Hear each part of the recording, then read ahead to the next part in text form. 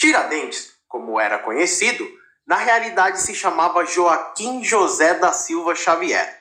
Era filho de portugueses e nasceu em São João del Rei, Minas Gerais, no ano de 1746, na época do Brasil colonial. Ele teve mais 8 irmãos e com apenas 9 anos de idade ficou órfão. Foi adotado por um parente que tinha como profissão e atividade de extrair dentes. Foi com esse parente que Joaquim aprendeu o ofício.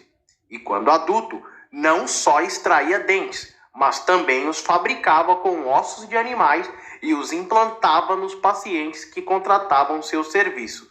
Graças à sua profissão, Joaquim José da Silva Xavier ficou conhecido como Tiradentes. Tiradentes ainda exercia outras profissões, como minerador, tropeiro, que era quem conduzia animais, mascate, que era uma espécie de ambulante de mercadorias, além de ter feito parte do Regimento Militar dos Dragões de Minas Gerais, que era uma força militar que atuava em Minas Gerais e era subordinada à coroa portuguesa.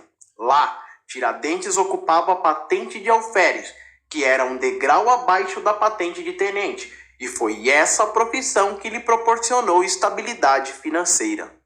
Apesar de Tiradentes não ser intelectual, gostava bastante de escritos políticos e no regimento militar conheceu as ideias do iluminismo francês e da independência dos Estados Unidos com alguns filósofos e poetas.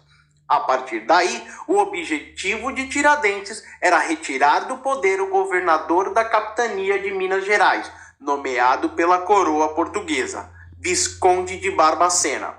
E o motivo da revolta contra o Visconde de Barbacena e a coroa portuguesa era a retirada de riquezas brasileiras através de altos impostos que a coroa obrigava os cidadãos a pagarem. Mas os impostos não eram os únicos motivos. Foram tirados-lhes também cargos políticos e a oportunidade de efetuar negócios econômicos.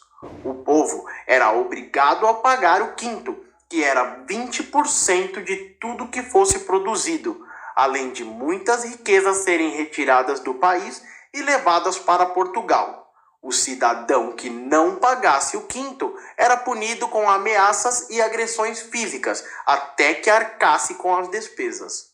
Daí em diante, nasceu a Inconfidência Mineira, que era uma conspiração de natureza separatista, a fim de libertar a capitania de Minas Gerais do poder e opressão da coroa portuguesa. Esse movimento foi liderado por alguns poetas, advogados, padres, militares e homens de poder aquisitivo mais elevado, pois se sentiam lesados pelos altos impostos cobrados e pela constante retirada de poder político, financeiro e de liberdade de comércio. Tiradentes era um dos integrantes dos Inconfidentes e era quem falava em público sobre os planos e a fim de recrutar mais pessoas para a causa. Esses homens começaram a tomar as ações da Inconfidência Mineira em 1776, que além de expulsar a coroa portuguesa da região e tomar o poder, tinha como objetivo também matar o governador da região, o Visconde de Barbacena. Mas em 1789 foram denunciados por Joaquim Silvério dos Reis, que era amigo de Tiradentes, coronel e comandante do regimento de cavalaria auxiliar de Borda do Campo, além de ser um dos Inconfidentes, mas que havia entrado para o movimento a mando da coroa portuguesa para espionar. Joaquim Silvério denunciou todos os planos dos Inconfidentes ao governador Visconde de Barbacena e, em troca, recebeu o perdão de uma dívida de 700 contos que devia ao rei de Portugal.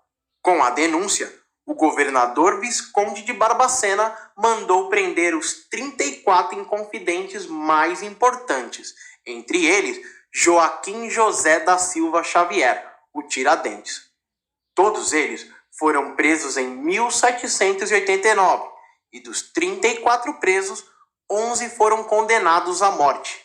Mas com o passar dos anos, a pena de 10 dos condenados foram relaxadas, menos a de Tiradentes.